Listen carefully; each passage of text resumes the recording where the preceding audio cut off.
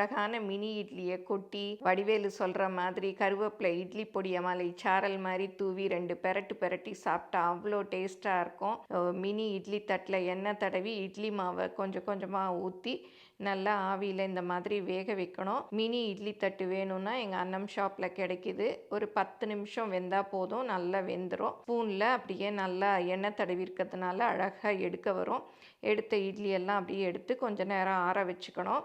ஒரு கடாயில் எண்ணெய் ஊற்றி அதில் கடுகு உளுத்தம்பருப்பு தாளிச்சிட்டு பெரிய வெங்காயம் பொடியாக நறுக்கினதையும் போட்டு நல்லா வதக்கிட்டு 2 கொத்து கருவேப்பிலையும் போட்டு வதக்கிட்டு கருவேப்பிலை இட்லி பொடி தேவையான அளவு போட்டுக்கணும். இந்த கருவேப்பிலை இட்லி பொடி எங்கள் அண்ணம் ஷாப்பில் கிடைக்கிது. அப்புறம் வேக வச்சுருக்க இட்லியை கொட்டி மினி இட்லியை அப்படி 2 பெரட்டு பெரட்டினோன்னா சூப்பராக இருக்கும். இது லஞ்ச் பாக்ஸ்க்கு ரொம்ப நல்லாயிருக்கும். எல்லோரும் ட்ரை பண்ணி பாருங்கள்.